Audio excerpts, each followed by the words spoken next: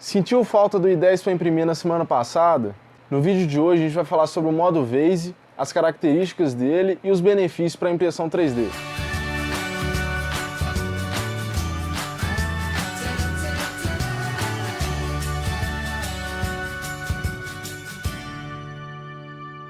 E aí pessoal, tudo bem? Eu sou o Sérgio Portela, gerente de marketing da 3D Lab, e eu estou aqui hoje para a gente fazer o 8º capítulo do i10 para imprimir.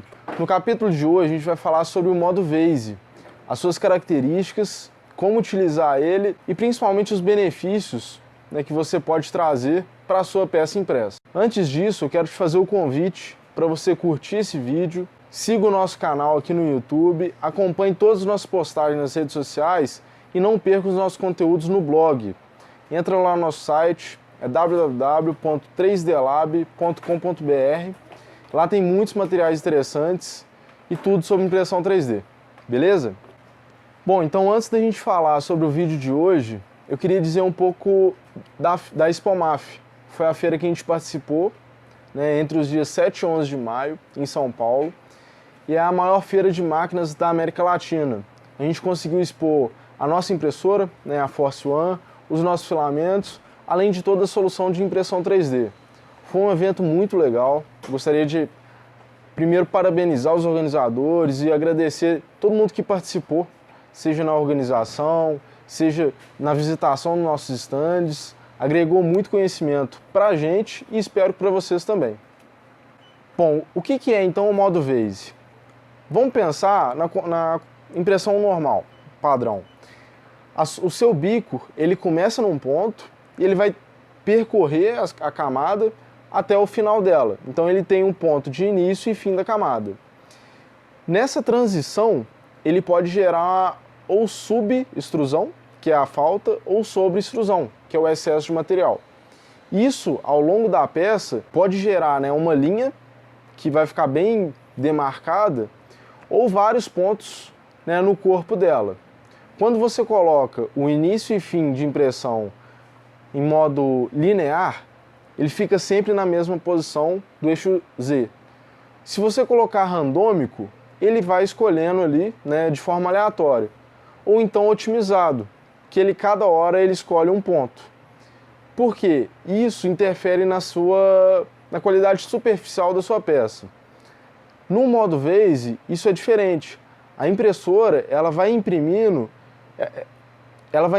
de forma contínua. A elevação do Z, no eixo Z, ela é contínua, então ela não tem os gaps, ela não tem, faz uma camada, sobe, faz outra camada e sobe. Ela sempre vai estar subindo, acompanhando sua camada. Essa evolução ela ocorre em espiral, formato de uma espiral, então isso permite que a sua camada seja sempre frequente, sempre contínua. Isso é uma qualidade bem legal para sua peça, principalmente quando a gente quer imprimir um vaso ou alguma peça que tem esse formato. Bom, para provar tudo isso que a gente está falando, a gente imprimiu 2 vasos, que são esses aqui. O primeiro com a configuração padrão e o segundo com a configuração no modo Vase. Bom, então a primeira coisa que a gente percebe é justamente isso que eu falei sobre o ponto de início e final da peça, da camada. Nessa peça, propositalmente, a gente deixou esse início e final de forma linear, ou seja, ela sempre começou e finalizou no mesmo ponto do eixo Z.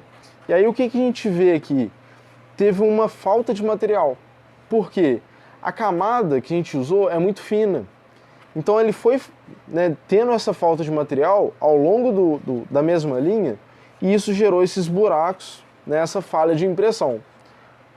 Se a gente for olhar a outra peça, no modo Vase com configuração otimizada, não tem isso. Por quê? Ele não tem o início e fim. A impressão ela é em espiral, então ela sempre vai imprimir em forma contínua. Bom, agora vamos passar as configurações que a gente usou. As 2 peças a gente imprimiu na Force One, utilizando o software Simplify. Bom, essa peça ela não precisa de camada de topo, ela é aberta em cima, então a gente deixou com 0 camadas de topo.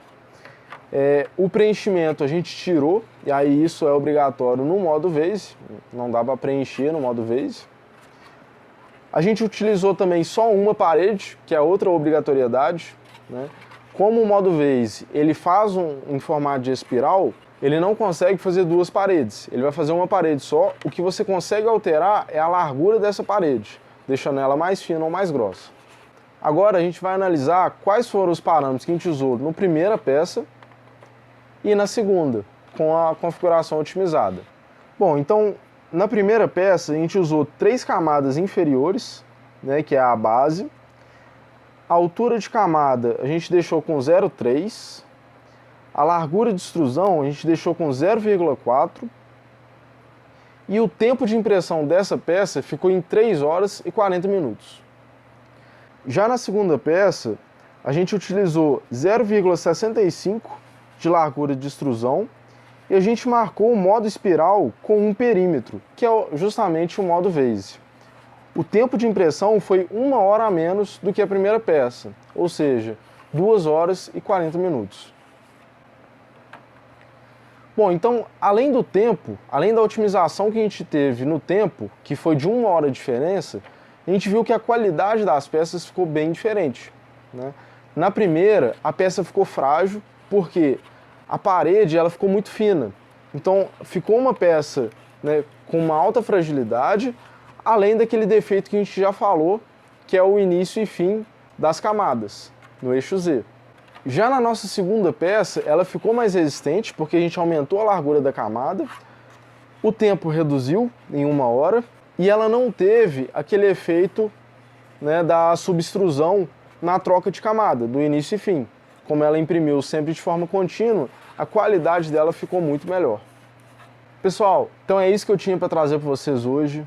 Eu queria falar um pouco do modo Vase, porque muita gente utiliza, muita gente tem dúvida ainda, né, de como configurar, como escolher, e é muito útil para alguns tipos de peças, então vale a pena a gente conhecer.